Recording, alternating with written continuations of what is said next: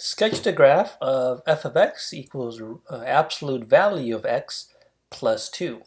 And one thing to note here is, first of all, we have the absolute value function, okay, but then we have this plus 2, right? The plus 2 is outside of the absolute value. Right? So let's do a couple things first, right? Let's just draw the absolute value of x by itself, okay? This is called one of the basic functions, okay? And then what we want to do is examine and see how this plus 2 is going to affect the shape of the graph, okay? Now the absolute value of x, it looks a little something like this, right? It's our pretty much just a V shape, okay? So this is the graph of the absolute value of x, okay? And I mean, we could make a table of this, okay? We could make a table, so when x is 0, the absolute value of 0 is 0, right? When x is 1, we get 1. When x is 2, the absolute value of 2 is 2, so on and so forth, right? That's why we get these points like this. But notice what happens when x is negative 1. The absolute value of negative 1 is just 1, right? That would be this point right here. The absolute value of negative 2 is 2, and that would be this point right here. So that's how we get this nice little V shape, okay?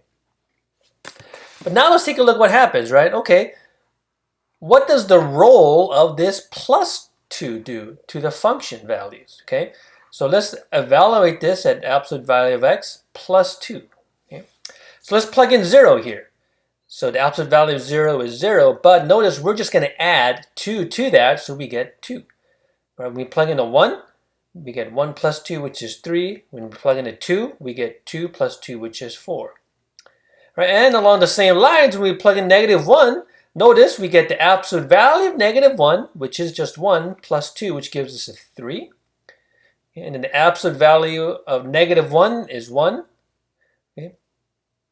I'm sorry, the absolute value of negative 2 is positive 2, but plus 2, that gives us a 4. Okay. So let's plot these points, and we'll see sort of what happens to the graph here, right? So when x is 2, y is 4. Okay? And similarly, we get these points that look like this, and when we connect the dots and make this shape, notice what happens. We get a V shape, as we expect, right? Because it's based on the absolute value of x graph, but what was the role of this 2? And this plus 2, right?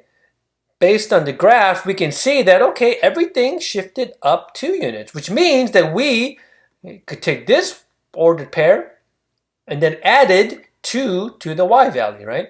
And then similarly, we took this ordered pair and added 2 to the y value. So every single point is going to shift up 2 units, right? This is called a vertical shift. So the role of this plus 2 was to shift the graph of the more basic absolute value function, okay, up 2 units.